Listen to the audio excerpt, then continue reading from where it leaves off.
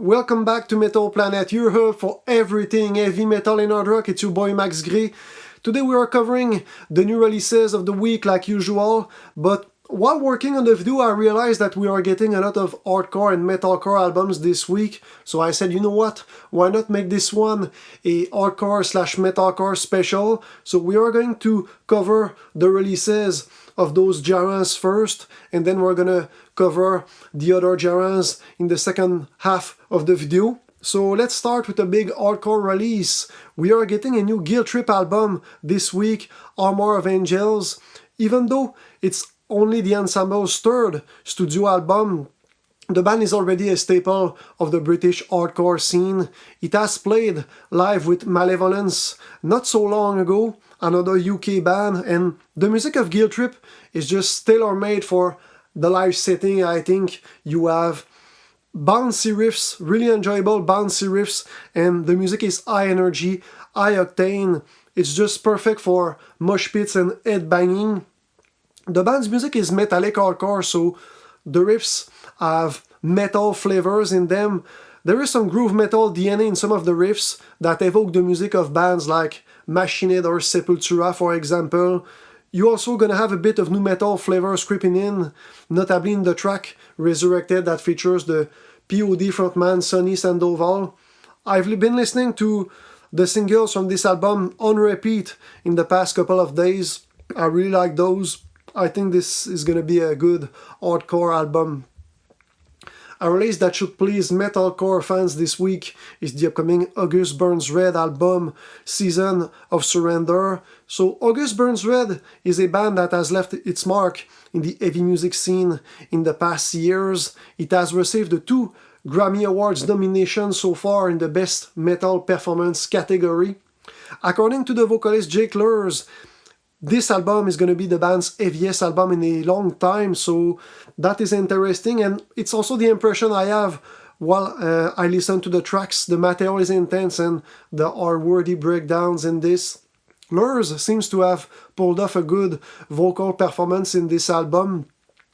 Apparently he spent more time recording his vocal takes this time around for this album than he usually did for the past albums, the past August Burns Red albums, and he also worked with a vocal coach, so those two things seem to have paid off. As far as the vocals go, you're also gonna have guest appearances in this album. You have the Devil Wears Prada frontman that appears in the album opener, and you also have members of Make Them Suffer that are gonna appear in the album's 6th track. We are having an album by one of the defining bands of the hardcore slash metalcore scene ever. So we are getting a new Converge album this week. Getting a new album by this band wasn't on my bingo card at all, because the band recently released an album this past February, so I wasn't expecting new material by this band so soon. But on the other hand, getting new music from a dope band is always something good, right? So I can complain there. I'm glad to have new Converge music. This one is going to be a bit different than the previous one, I think, because the previous one, Love Is Not Enough, was kind of a sonic assault, while this one is going to be more introspective and atmospheric, so the vibe are going to be different. But at the same time, I think that the band managed to keep its essence, so it's going to be an interesting listen. I think the atmosphere has been compared to the band Neurosis, so it's going to be a bit different. I think that I'm going to listen to both albums back to back and try to compare them and see the evolution of the band there. So a Converge double feature, that's a nice plan, I think. We have an album by a veteran hardcore formation this week. We have a new album by 100 Demons called Embrace the Blacklight. This is going to be the first 100 Demons album in 22 years, so there's been a big gap between this one and the previous one. The band has lost none of its potency. The band has not slowed down its music or minimized its heaviness, I think. This is still pounding hardcore. Actually, it's a gray area between hardcore and metalcore, and sometimes you have a bit of thrash metal flavors that creep in sometimes.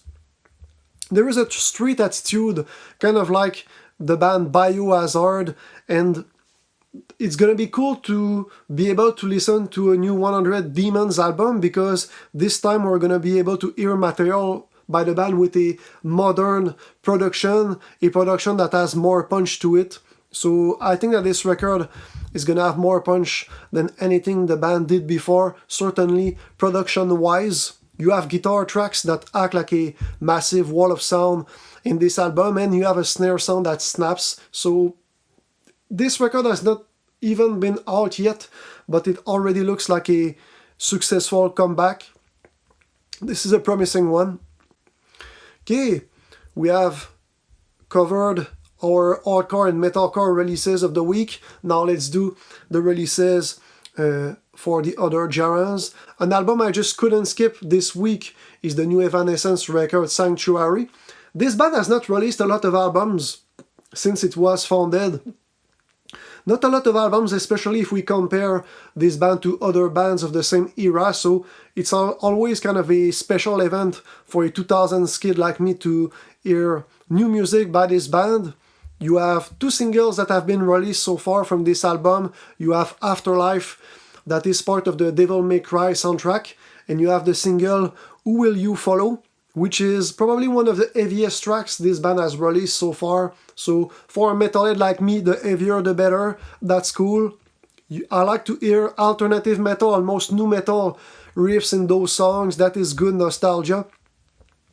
For the production side of things, the band enlisted the former Bring Me the Horizon keyboardist Jordan Fish to be a co-producer on the album, and I think that his creative DNA is present in the album, notably because of the presence of electronic sounds. The electronic sounds in the album have a noticeable presence, certainly in the 2 singles that have been released. So you have the Fish creative DNA in the production.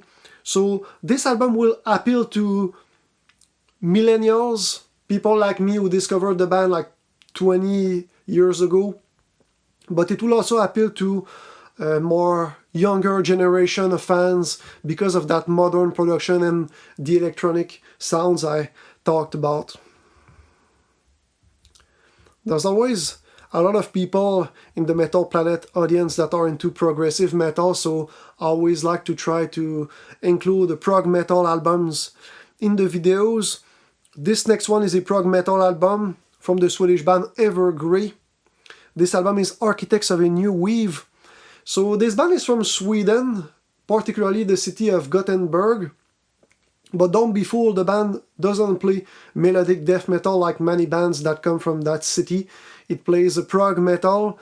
Like the Evanescence record, this album is gonna have a modern production, and the synth keyboard sounds are gonna have a prominent place in the mix. So the tracks are synth-driven and the keyboard melodies are prominent.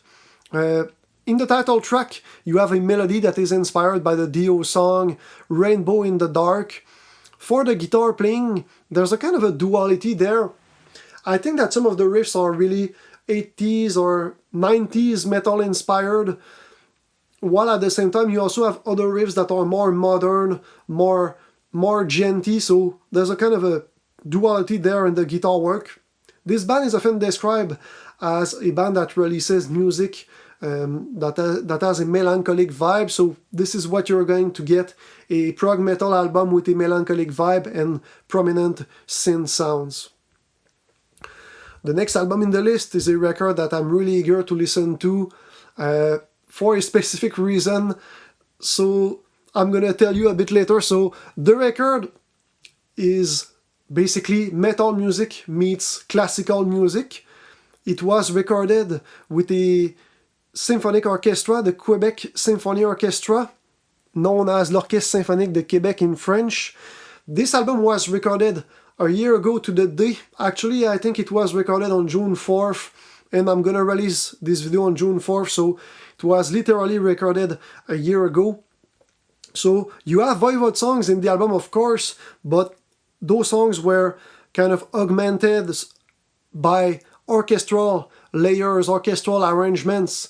So you're gonna have strings, brass, woodwind, and other types of classical instruments in the album that join the metal instrumentation. Save for the vocals being present, this album I think will sound like a science fiction soundtrack. As a matter of fact, I think the Voivod drummer, Owe, described this album as the closest thing Voivod has ever released to a sci-fi movie soundtrack. So that's cool. I'm really eager to listen to this album because I plan to attend the actual performance when the album was recorded, but unfortunately I didn't go. Sometimes I'm just a lazy punk, so I regret not attending the concert, but at least I can now listen to the performance with this record, so it's not so bad in the end. The Voivod record is gonna have sci-fi themes, but this next one also. Sci-fi themes and cosmic themes as well. Hermetic Transmutation is a promising album by a progressive death metal band named Xenosis. Personally, I think the sci-fi thing works really well with progressive death metal because you have that complexity of progressive death metal that I think complements well the kind of futuristic aesthetic of sci-fi. So it's a really good marriage, I think. I've enjoyed music in that vein in the past years, music by bands like Blood Incantation and Cryptic Shift, So I'm always on the lookout to hear more music in that style. The music of Xenosis on this album is chaotic as hell. When you listen to the tracks, it's like you are trapped in a maze, a labyrinth. The songs are unpredictable, there are frequent tempo changes, and you can feel disoriented. It's a challenging listening experience, so this album is gonna be a thinking man's metal record for sure. Our last album of the week, Requiem for a Pipe Dream, is by Cyhra, a band I wasn't familiar with until recently. I discovered that this band was founded by a former Amaranth singer named Jake E. and a former In Flames guitarist, Jesper Stromblad. And the music of Cyhra is kind of really a mix of both bands, so it's a mix of Amaranth and the more commercial era of In Flames that started with Come Clarity, I think. There are clean vocals in this and they are really pop influenced. The overall sound is more accessible than Stromblad's other current band Yellow Effect or older In Flames. The melodies are more keyboard driven than guitar driven, so this week we are getting a lot of albums where the keyboards have a prominent place.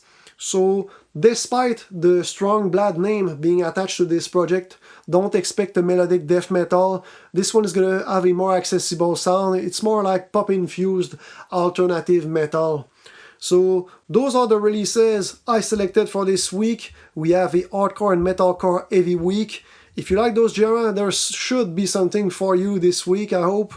And if not, there are other genres to sink your teeth into as well. We are now close to the end of the first half of 2026. I recently appeared in a video with Brady Fugel where we discussed our respective favorite album of 2026 so far. My favorite so far for the year is Dream Crush by Maul, and his favorite album so far is Inversus by Carnival. Two great albums. If you have an album that you really like from 2026 so far, your favorite album of the year so far, write down the name of this album in the comments down below. I always like to see your comments and see what type of bands or albums people like, so don't be shy, drop a comment down below. I appreciate you guys watching. I'll catch you in the next one. Your boy Max Grey out. Cheers.